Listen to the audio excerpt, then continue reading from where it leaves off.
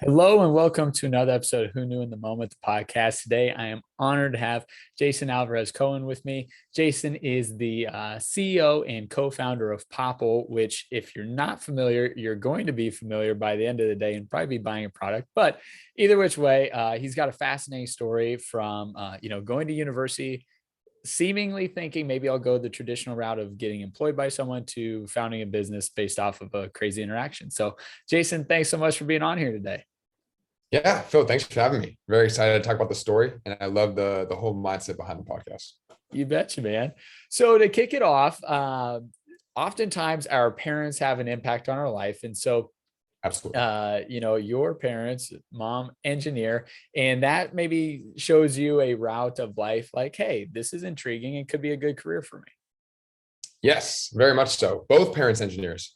And I grew up in Berkeley, which has a lot of influence from UC Berkeley, great school. Yeah. I actually think it was number one on the Forbes list. Both them had a huge impact on what I wanted to go into myself. So that's why I went to UCLA as an undeclared engineer, because I wanted to do engineering. I didn't know which exact department yet. So I kept those options open, but it was a clear winner to do computer science pretty early on for me. Yeah, well, so early on that in middle school, you used to do certain things with cell phones and whatnot. So Yes. talk a little bit about just Oh, even no, getting exposed to that. wow, you've been reading up on me. I like that. Yeah, so in middle school, I had an Android. I don't remember the model, but I had an Android, and what I was doing is I would like overclock it, which is where you like put on some software, almost like a jailbreak, and then you run the software, and it makes your phone faster than it should be, like faster than the software allows you to normally. Yeah. And so that was really fun for me. And so that was my first kind of dipping my toes into technology. So I want to learn a little bit about that. I mean, was that something that you had seen your parents were doing, or you just were curious and watched YouTube? I mean, how did you even get into that? I think it was just a natural interest in technology. Yeah. So, I would do, YouTube videos were how I did it, right? Because I wasn't an expert as a middle schooler. But once I realized that I was interested in devices like this, especially phones, I just I had a natural instinct to just look stuff up. And so I looked up okay, how to overclock this, follow the steps. It's pretty easy. Okay, nice. I like this technology thing. And so, I would do that. And then I also tried jailbreaking iPhones, which is kind of the other side of it for iOS. And that was fun as well, because you would be able to customize all these things on your iPhone and then show it to your friends. Now, did we ever turn this into a business with like video game consoles or anything like that? I knew a few people in my earlier years that used to do those things. Yeah, I wasn't business savvy enough, I guess, at that point. So no, nothing turned into a business until college. Till college. Very good. So like you mentioned, growing up in California, in LA, you end up going to UCLA. Was that an absolute no-brainer? Hey, you knew you wanted to go there, or were there other schools that had your interest that you were considering? Obviously, UCLA is a great school. Yeah. So, college was a big part of my progress, especially for my parents, who were huge on the university thing. So I was looking at Ivy Leagues and then the UCs. Those are kind of the two I was looking at. Got into a couple Ivy Leagues, but the situation with that is that many of them are in small towns, upstate New York, Dartmouth, et cetera. And a lot of them are on the East Coast, of course. I think all of them are on the East Coast. So that's a huge change from a California guy like myself, which I loved California growing up. And so I took a trip down to UCLA with my dad just to kind of check it out. Yeah. And I loved the campus. I loved the vibe of LA. I loved how it was just sunny, returning back to SF where it's foggy in the morning and foggy at night, pretty much every day, which was honestly, as a kid. So I would go to elementary school and middle school with my jacket on. And then by the middle of the day, I would be like, oh man, I got to carry my jacket everywhere because it would just cool. It would, warm up. Yeah. I always found that annoying. Obviously not a big deal, but it's a little annoying.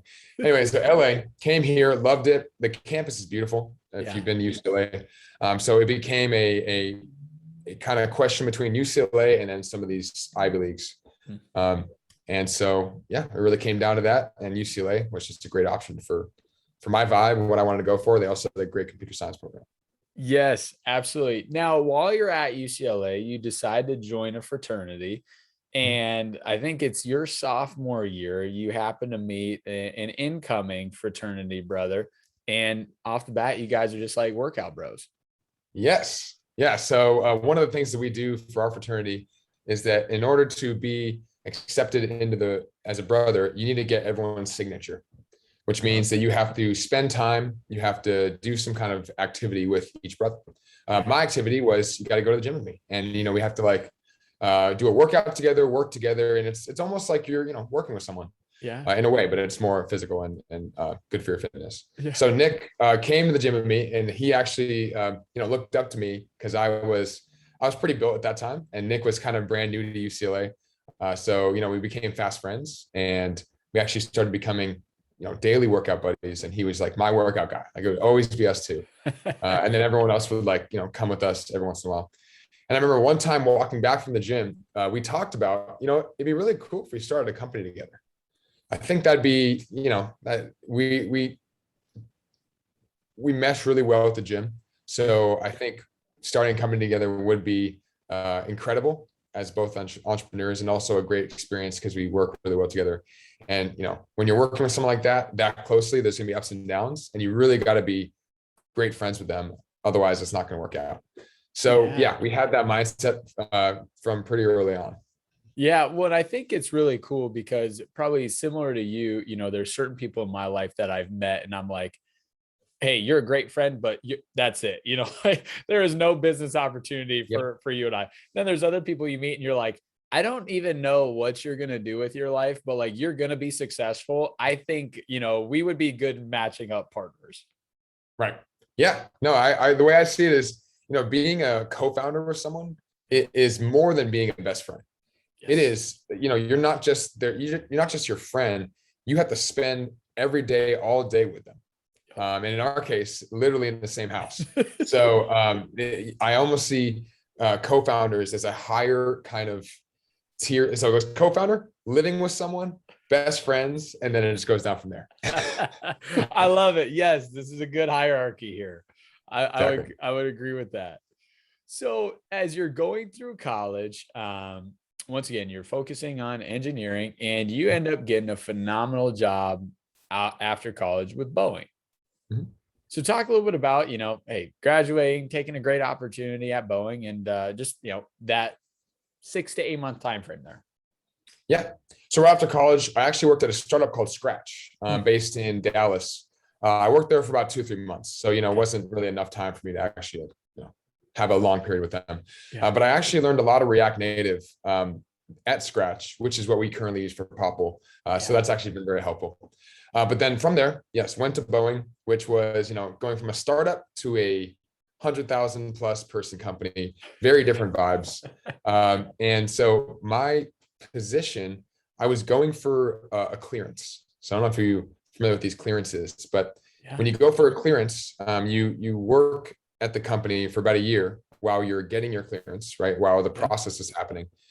And then you do stuff that's not clearance for that year. And then once you get your clearance, you kind of move into this new area where you work in a building with no windows.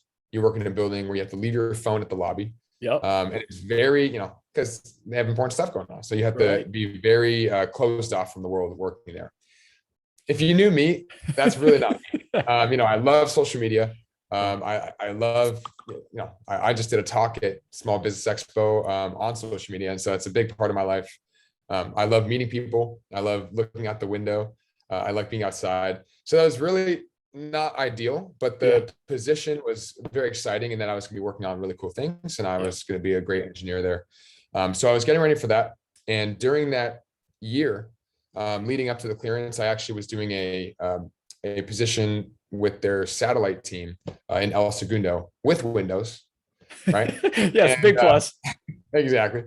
And I really enjoyed it, but I quickly came to the realization that, I don't know if the 9 to 5 kind of getting stuff done for a really big company, it wasn't for me. Yeah. And nothing on Boeing. It's a great company with really impressive people. And I met a lot of really cool people that I still keep in contact with, but it just wasn't for me. And the fact that it was getting a little monotonous, where I was waking up and going to work and we were getting stuff done. And it was very like a very routine every week.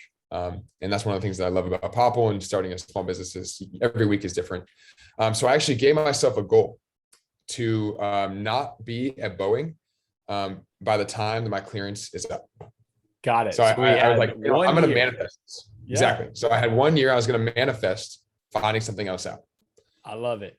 Now, I don't know if this company came before or after Boeing, but the first one that you had was InstaRise.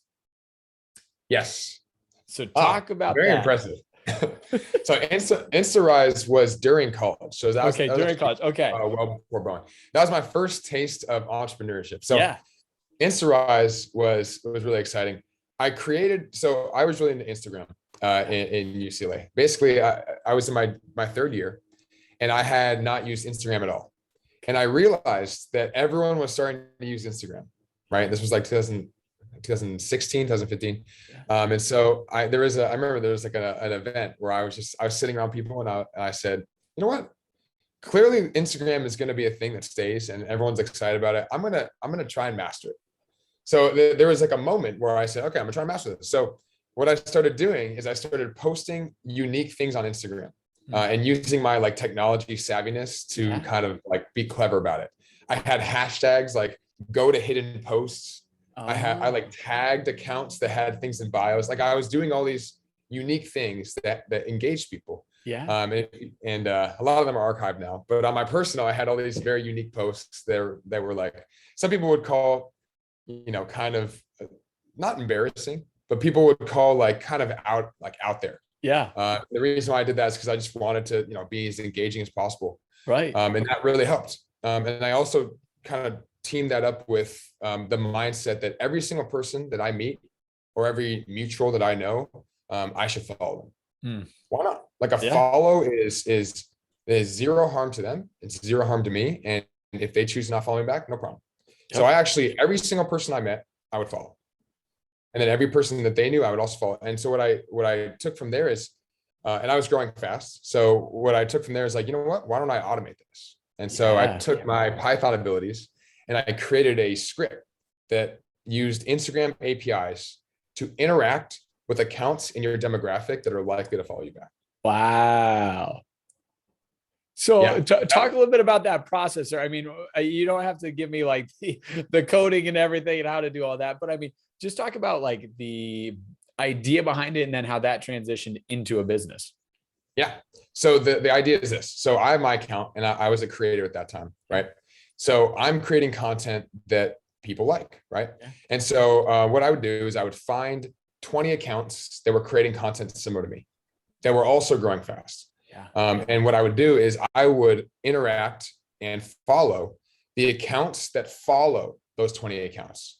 Because if these 10 accounts just followed person A and person A is similar to me, and I interact with those people, they're likely to follow me.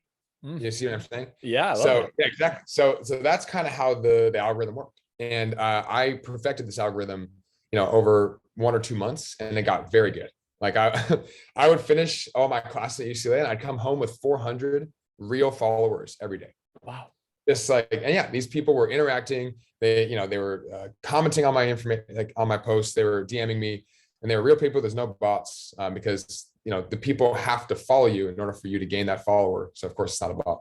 Right. And so it worked very well. And I started telling some people about it. Right. And so I didn't intend to turn it into a business. But this business grew by referrals. It was all referrals. I didn't do any advertising, anything. I would get 2 people on and they'd be paying me. So I charged $70 a month, right? Yep. Which I think is actually kind of low if you're gaining 100 a day. Yeah, I was going to say, if you were asking a business consultant, I could have told you a little bit higher, but you live and you learn. Exactly. So I would charge $70 a month and I'd run it every day for these people. They would give me the accounts that were similar to them, and then I would start them running. Right. And I started growing just by referrals. Hey, this is working really well for me. I have 2 friends who want to hop on. Yeah. And so then everyone would just tell their friends. And then I think I maxed out at, I think it was like 70 clients. Okay. So, didn't get to that huge level, but I had 70 paying $70 a month, which was a solid passive income source for me. Heck yeah. I mean, especially in college, man, like Exactly. Yeah. That'll work. So Right. with that transition, then was there something about that you're like, I think this is maybe maxed out. I don't know that I want to, push to make that my career, or how did that kind of come to be? Maybe there was a parental figure, someone that said, hey, I don't know, maybe you should try and get a real job, right?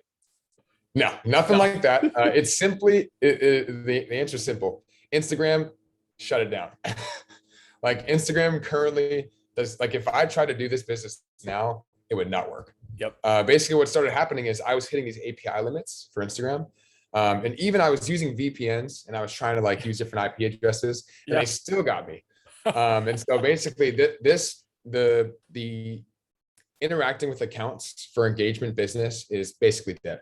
Instagram has gotten really good at figuring out automation. So yeah, I still would be probably running it. I might be at 1,000 clients at this point if they hadn't done that. But as soon as they'd done that, I was like, it's time to move on. Yep. Now, was there like, I know they do these updates periodically and, change algorithms and, what works, what doesn't work. Was that something where one day, like you were running the algos and it just wasn't working like it was supposed to and you had to research it? Or were you trying to stay up to date with any like releases that Instagram was making, so you'd be in front of that? So they don't publicize any of their actual changes. Like, oh, we changed this API slightly. It's like no one tells you that. Yeah. So what started happening is I started hitting these limits, and I would, I'd get a response that's like, Instagram's like, no, we're not going to allow you to follow this person, right? But in code version. And so for a while there, I was building techniques to get around that, and they were working.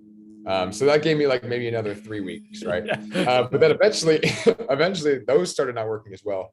And there were a couple accounts that were temporarily blocked. So that was a huge red flag for me. It's like, I'm running this service for you, you're paying me, and your account's temporarily blocked. That's not okay. Right. So, it was a very temporary thing. They were not able to like posts for like a day or so. Yeah. But as soon as I stopped running for them, they'd go back to normal. So that was that started just happening more and more. It was like first it was like a couple. I was like, oh, why is it happening with these? But then it just became all of them. And so died out. That was the kibosh. Okay, got it. So that happened in college. Then we went to Boeing. We had our 1 year time frame of, all right, I'm giving myself 1 year, but I want to figure something else out. So you guys happen to be at a party in Hollywood Hills, and the conversation of a business card comes up. So talk a little bit about just that interaction. You don't have to tell me the whole story of the night, but that interaction and what started the gears turning there. Yeah. So this was about 7 months in from at Boeing, six, 7. And we were at this event, and someone used a NFC business card on my phone. Yep. And the aha moment for me was the data was able to be transferred to my phone without me needing an app. Yep. I had an iPhone XS at the time. And that was fascinating to me. Me as like the overclocker. I love these devices, and I'm a software engineer, so I thought I knew everything there is to know about these. But this technology was brand new to me. The fact that this data was sent without the person needing an app. Because if everyone needs the app, that's not my business. It's like you're only powerful if everyone is on your platform, and that's the network effect. That's an issue. So that kind of bypassed the network effect, and I was very impressed with that. And I got my gears were turning, but my first thought was, why do you even need a card? Yeah. I've never had business cards in college. And so I was like, okay, why do I need a card? Why not just have something that allows you to do phone to phone? Yep. Now the phone to phone doesn't work right now because the software is limited by both Apple. Actually, I think Android does it, but it has to be between 2 Androids, and it's finicky. But iPhones, you cannot do phone to phone sharing. So the next closest thing was, okay, let's take a tag, let's put it on the back of a phone on a place that doesn't set off your own phone's reader. Right. And then you can just basically tap phones, but it's actually the device on the phone. Yeah. So at that moment, at that event, we were driving home, and I was telling all my friends, Nick was in the car as well, my co-founder, and I was telling them about this idea, and they were like, oh, that's kind of cool. Yeah, it sounds cool. But I was just like, wow, this is going to be huge. And I was really excited about it. And so first thing I did when I got back, I was obsessed with it. I ordered a bunch of samples, just like every tag you can think of. I think it was like 21 total samples from Alibaba. And so I just kind of went in and was just going to try to get a prototype as soon as possible. I love it. So one thing that I wanted to highlight in that, which was interesting, is, and you said it again, you said, I never even had a business card. So I didn't understand why I needed a business card. I think Exactly. sometimes the best ideas come from people that have just a clear slate, right? I mean, Yes. how many times do people say, gosh, you don't carry a business card? It's like, well, no, I'll just add you on LinkedIn, or, I mean, whatever it is, right? Like I'll get everything I need if I do that or whatever. Or, Right. in your world, hey, I've got a way to electronically communicate that to you. But I think it's a important thing to highlight that sometimes having no experience in something can actually be advantageous to the new So idea. true. Yeah, because you're not kind of influenced by the old way of doing things. That's what I think that this really needed. This product didn't exist before we invented it, and I think it took someone like myself who's never used business cards, Yep. who does share Instagram with people that I meet and connect in that way. Yeah. It took someone to just be like, what, wow, what's a cooler way we can do this without a card? I love it. So as you're creating this prototype, well, I guess we'll just say this way. So you're diving into, 21 different tags and you're creating your own prototype. At this point, do you have any assistance, or are you strictly just, designing and coding and figuring all this stuff out yourself? It's just me at this point. Just you. But Okay. the beauty of it is that, I don't need to hire someone because I'm an engineer. So, and I'm a Right. software engineer, which is very advantageous for us. I was able to build the platform immediately. We didn't have to like tell someone our dream and have them build it, which was awesome. So yeah, Or the I just cost up front with it, right? I mean, because if you have no the background in that, I mean, it can be expensive to hire somebody to work on a project for you. oh yeah, especially engineers. Like Yes. engineers for good reason should be paid a lot per hour. Yeah, right. Absolutely. I'm not knocking it, but yeah, it can cost a lot. So Right. as you're creating the prototype, I mean, is that something that you're just then starting to, show it to friends and get some feedback there? And how does it really become Ripple? Yeah, so this is a great moment here. So I had a prototype, and I eventually, so one of the ones that I ordered, it worked for the use case that I wanted, which was, okay, I wrote to it and it was read by an iPhone, by my iPhone XS. Yeah. Right. So that tag type, I was like, okay, here's a winner. So it was just a white tag, right? And so I wrote my Instagram on the tag with another NFC writing app, because of course Popl didn't exist yet. Yeah. So I wrote that on there, and then I was like, Nick, check this out. So I like ran over to him. He's like, what? And to this time, like Nick's also in a certain period of his life. He's like looking for, he was at a real estate firm, and then he was at a startup, a real estate startup. And so he was kind of jumping around, and he was looking for something that that caught his eye and he was interested in. And I was at Boeing. So I ran over to him and I showed it him, and he was like, whoa. And he was the first one to say, all right, you know what, let's make this a business. And I was like, let's go. And so this was kind of like the dream we had of starting a business together. And I think this is one of those classic, what was how do you say it? Who knew in the moment? Who knew in the moment? It was the who knew in the moment where we had no idea what we were getting into when we said, oh, let's start this business. I was thinking like, yeah, let's just start selling these. We'll sell a couple.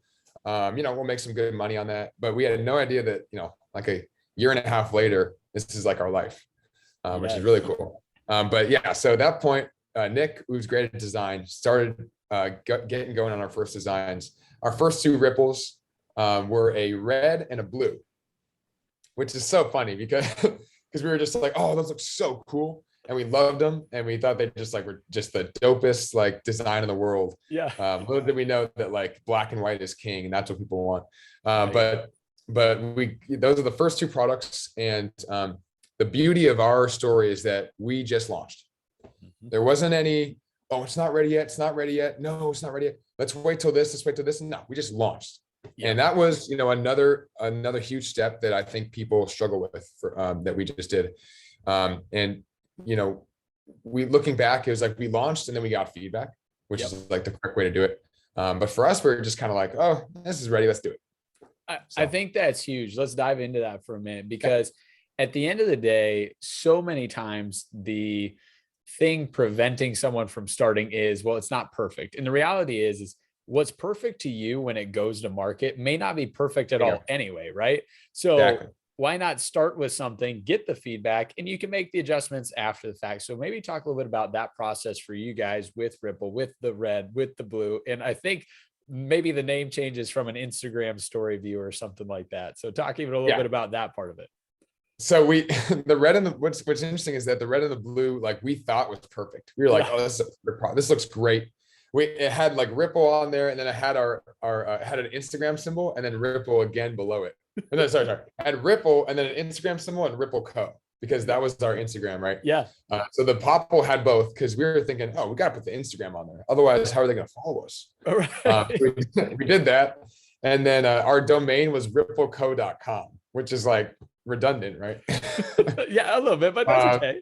Yeah, exactly. So, ripple.com, of course, wasn't available. Yeah. So that's kind of what we started with. So we did that, and then we had kind of like a little like friends launch, right? Like Nick and I went to UCLA and we did a relatively high budget little ad where Nick and I just met, and then he popped me with the Ripple, and then it was like really well made. It was by a photographer we work with named Donald, and so we released that on social media, and it was like a little bit of like a mini bang, like a mini explosion. Yeah. All of our friends were like super into it. So we gained like 800 followers in a day for Popl, for Ripple at the time. Yeah. And everyone was resharing it, which was really cool. And it was like it was a cool day. And at that point, it was just me, Nick, and then one other guy who's no longer with us. So that was kind of a cool sign that, okay, we have something here. Yeah. And then we would also take the prototypes and Ripples to events in person, and we would show people. And the reactions that we got were really the things that kept us going, because we did try some Facebook, Instagram ads, and they did not do well.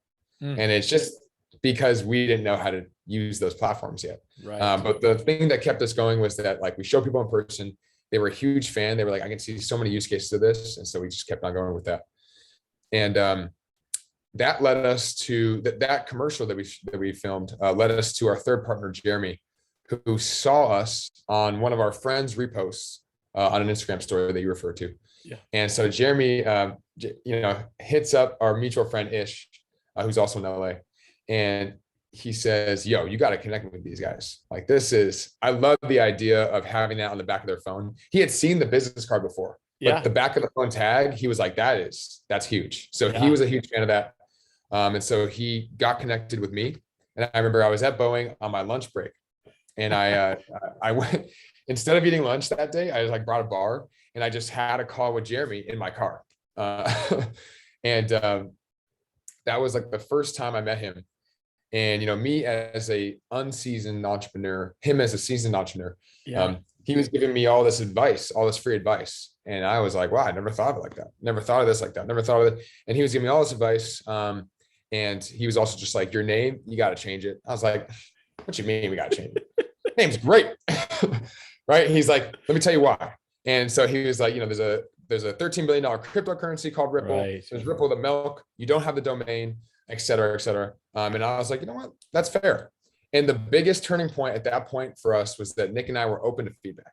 Yes. Usually as a lot of times first-time founders, you're like, I know everything. Yep. Trust me, this is the way to do this. But we were very open to feedback. So we, we're open to shifting the entire brand and the company to Popl with Jeremy's advice. Changed all the UI, built the app, because we started to realize that people, just having a website, people don't know how to go back to their profile. Right. Know the URL. Yeah. I don't know how to like log in again. So it's like the app was just a clear next step. And so I'll let you hop in with some questions. But yeah, that was kind of a nice turning point with Jeremy. No, I love that. Yeah. And I think to your point, being open to feedback. I mean, how many times do we say, what do you know? We're the ones that founded it. Exactly. This will work. And so clearly that has been a good move for you guys. One, being willing to just get started. Two, then being open to the feedback you receive after you got started. Absolutely. So as you're progressing with this, you guys created a video, and you were learning about TikTok, and you said, well, I've seen some people just repost something a few times, and it seems like eventually it works. So I'll try that. So talk about maybe that, we'll just call it like a 24-hour time frame from, I don't know, maybe the fourth or the fifth time you had tried to post this. Yeah. So with the product, which a lot of people had like kind of a magic factor, like, whoa, that's so cool. Yeah. And people thought it was magic. You're like, you know what, let's try out TikTok because this is like a new platform that's, Right. doing well. People are getting millions of views. So it was our idea to just start TikTok and just throw some videos up. Yep. I said this in my talk. There's zero downside in posting videos. There's Absolutely. zero downside. Like when you post something, like what the only thing that can happen is positive, right? Yep.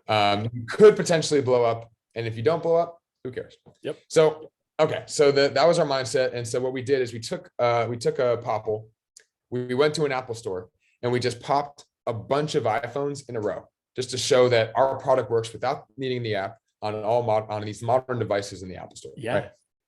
And we thought it was very exciting content because it was showing that magic factor over and over again. So I had this mindset of I had just seen an account on TikTok while going through the For You page.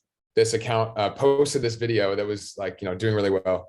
And so I went to the account and you swipe over to the account. And I noticed that it was the only video that it posts. It posts that same video over and over again, literally hundreds of times in a row, just posted the same video. Wow. And sure enough, as I scroll through it, every sixth or fifth time that they posted it, it just blows up again. So that was like, whoa. And then I also looked at the comments and I read the comments, and there were basically zero comments that said, maybe there's one or two. There is almost zero comments that said, hey, you already posted this. And that's because TikTok, most of the time when you post things on TikTok, they're seen by the For You page if they do well. And the For You page is everyone that does not follow you. So, you're getting shown to a new set of people each time, which is very different than Instagram. And that was kind of a little mindset change for me where, okay, you can post things over and over again and they will do well again. And people will not be like, hey, you already posted this. So we took that Apple Store video, we posted it 4 times. First time didn't do anything. Second time, the 4th time, sure enough, with our 10 followers, it hit 20,000 views, which was really exciting for us at the time. So that was kind of a great sign that, okay, we have something here on TikTok. So we'll use this strategy in the future as well. I love it. Yes. And I something that I think is interesting that you pointed out is the worst thing that can happen, right? Is it works out well. And everything else is just the junk we make up in our head, right? Exactly. Gary Vee's a super big, proponent of this, but he just talks about just post it, right? Like, I mean, who cares that your friend says, gosh, that was a dumb post, or, like Exactly. that you think your friend might think it's a dumb post, right? Like, what does it matter? Like, just post the darn thing. And best case scenario, it goes viral on TikTok and we get 80 million views. Worst case scenario is I post it again, or it just doesn't take off. Like, who cares? Exactly. Well said. Yeah. And people, yeah, exactly. I think people make up that barrier in their mind where it's like, I'm going to be judged. Everyone's going to say how bad this post is. And we didn't have that. And it really worked out. And something that I also think is interesting there, in today's culture, once again, they always talk about like judging things based on the number of likes or the number of comments, the number of views. But something that's been interesting for me is the amount of people when I'm in person or I get to meet them and they say something along the lines of like, man, I really love the content you share. And I'm like, I've literally never seen you like a single thing. You never comment that you appreciate it. Right. But for some people, it's like, hey, I'm going to take it in, but I'm not going to be a vocal person on social. They're just taking in the content. And you just don't know how many, people that's going to affect and the domino from that too. Exactly. Yeah. No, there's a lot of, I guess, ghost followers, what you call those. Yeah, absolutely. So in the growth of the business, you talked about how in the beginning, you mostly bootstrapped it, had a little bit of funding. And then after the fact to grow, right, you just had to have some seed capital and do a round there. So talk a little bit about the progression of the business from the bootstrap funding to the actual seed capital in that round, because that's a big deal. Yeah. So the bootstrap round was friends and family. And that was very early on just to get off the ground, with initial inventory, et cetera. So that was a nice, and that was thanks to my dad and Nick's dad, who both, that's definitely part of the journey. Yeah. Both my dad and his dad saw this as like, okay, you know what, you guys could have something here. So I'm going to bet on that. And a lot of dads could be like, no, get a job. So I'm very fortunate that my dad is big on the entrepreneur space at UC Berkeley, and then Nick's dad also is big on that as well. So that was nice. And then, we went through Well, what's nice about Popl is that we sell hardware. We're a software company that also has hardware, Yep. and that hardware allows us to have revenue, without having to have millions of users before you can actually start making revenue, which is the classic software route. Yeah. Right. So we had that revenue coming in from the very beginning, which was awesome. So we were able to use that revenue and really not taking any rounds until we had to do our seed after Y Combinator. So that was really nice. We were profitable and we were using our money wisely. My dad was our in-house CFO, Yeah. which was really nice. We would do financial meetings and make sure that we were not overspending in certain places, which can be a problem for early startups. So then, that revenue brought us to Y Combinator. And from Y Combinator, it really just took us to the next level because we started focusing more on professionals and Popl as a digital business card as opposed to a TikTok product. And that pivot really helped us grow and made us also realize that, hey, you know what? We need to build software and a software subscription offering to then allow the power users to then have even more features and have that MRR, that sustained growth. So that brought us to having Popl Pro and Popl Enterprise. So now we have the hardware and the software both working together, which is an amazing part of the business. Yeah. So before we talk about that part, talk about Y Combinator and everything you learned there. Cause I mean, a lot of businesses that after they go through that say, I mean, that's a game changer. So talk just about, I mean, I'm sure it's intense, but, talk about, the experience and everything going through that. Yeah. So it's an intense 3-month program.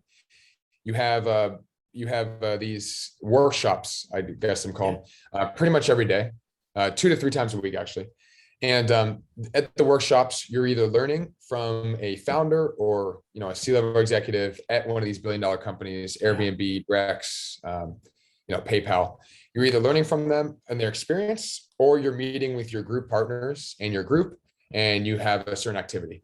It's like what an example of an activity would be like, okay, for each company, we had 12 people in our section. For each 12 company, we would go through the billion-dollar path for each one. Yep. What's your easiest way to get there? How many users do you need? What's your price point, et cetera? So those were very helpful. And we had the leader of our group was Michael Seibel, who is just an incredible, incredible person, incredible entrepreneur, who is just every time that we had a one-on, you also have these one-on-ones with your group partner. Yeah. Every time me, Nick, and Jeremy would hop on with Michael, it would basically be like a mini pivot. Every time we hopped on, it'd be like a shakeup. Like, oh, we were not thinking about that. Wow, that's great advice. And we start doing it. Love it.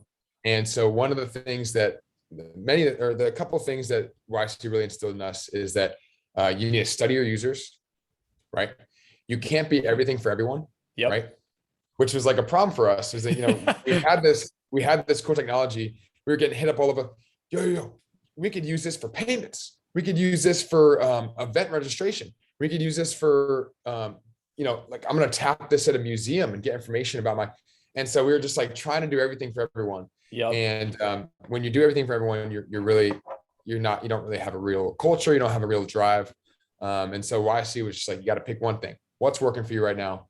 We're like, all right, well, so what's driving Pro is that these digital business, people are replacing their business cards as a digital business card. So that's why we really became the digital business card. And that's our forte. Of course, we do power restaurants and we do these other things, but we're very focused on just that one digital business card market. And so then that plus talking to our users, which we were not doing before YC, but is very vital. And it's hard to do because it's hard to get feedback, on your product that you love and your baby. But it's like something that you have to do in order to make your product better and reduce churn. Absolutely. Well, and I think something to that is, if you can create yourself as in a niche market and the go-to in that market, later on, you can add other things to it, right? But if you spread yourself too thin too early, someone else comes in and says, well, they do this, but they don't do it very well. We'll go one up that and we'll take over this whole area of the market. Now you're like, well, crap, we do 8 things okay, but they do one thing really well, and we're not going to be able to get that one thing back. Exactly. Yeah, well said. That's good. So with the business development, I love how you talk about we have, the hardware, the software, we've got, the subscription model. to your point, from a business standpoint, hey, we can model out how many Popls will we sell. But when you add the other piece of it, like a gym membership, right? Hey, I've got a certain amount of reoccurring revenue. That's a huge benefit to the business. It's a huge opportunity to bring in investors because they can see that. So was that the main idea behind it is, hey, we want to create a greater experience for our users, but we also need to know that from a business standpoint, this is going to give us more predictability. Yeah, it's a great question. So it was a little bit of both. So one of the signs that this is a good move for our company was that a lot of people would ask us, is there a monthly subscription? If you're getting asked that, it's like people probably assume that there is, right? Otherwise, like why would they be asking that? Yeah. So we had that coming in. And then also, yeah, from YC, it was apparent that, you need to, actually, I guess Pro was, we launched Pro right before YC. But the idea was that like, okay, MRR and monthly recurring revenue, that's king. That's how you build a sustainable business. And you can, like you said, map that out and project that out. So we were getting kind of suggestions to do that from our advisors and early investors in that first round. And so me as like, as the software engineer building the app, I was like, oh yeah, I'll build that. Sure. Yeah. So that was like the hardest 3 months of my life building Popl Pro. But we had all these features that our users were asking for. And so instead of just releasing them, we packaged them all up into this Pro offering. And it's like, it was a great connection because like, okay, users are already asking for this. How do we give them what they want, but then also start this MR business? And so, yeah, we packaged those all up into Pro. Took me 3 months, built that, launched it in like January of 2021. And so that was right before YC. Yeah. But then that started growing like really faster than we expected. And so then we started, putting more time into software and focusing on software as a service, because there's a lot of companies doing the NFC. A lot of companies are selling NFC tags. It's a low barrier to entry to do that. But the software is really where we differentiate from the others. So we started focusing on that more. Yeah. Now, to kind of wind up our time together, talk a little bit about the announcement when you found out, hey, I was, recognized as Forbes 30 under 30. I mean, what a great, accomplishment. I mean, if you look back at the history of the people I've been able to receive that award or that nomination, whatever you want to call it, it's a great list to be included with. Yes, absolutely. Yeah. I mean, it actually happened very early on. I think it was because we were growing so fast. I think it was the momentum that helped us, achieve that. But we had just come off this 80 million view TikTok and we were selling a lot of Popls. And Nick and I, we had a couple mutuals who referred us, and then we had a call with them. And so that was really exciting. We didn't get like caught up in it, and we didn't let it like affect our drive for the business. Cause it's a win personally, but it's not really, Popl hasn't won yet. As a successful company. So it was a great, a little celebration, but then we got back to it. Yes, sir. I love it. Well, Jason, I appreciate you sharing your story today and all the pivotal moments that have gotten you to this moment, right? I mean, who knew when you were a kiddo that you were, messing with these phones, that one day you're going to create a business that would have to do with phones and whatnot. Yes. And interactive technology there. So I appreciate it. One promise you got to make me is, let's say 3 years from now, who knows how big Popl is or what other businesses you'll have, but we'll do this again and highlight the moments that have gotten us to that point. Absolutely. Really enjoyed this, Phil. Thank you for having me. And let's keep in touch and hit that next moment. Sounds great.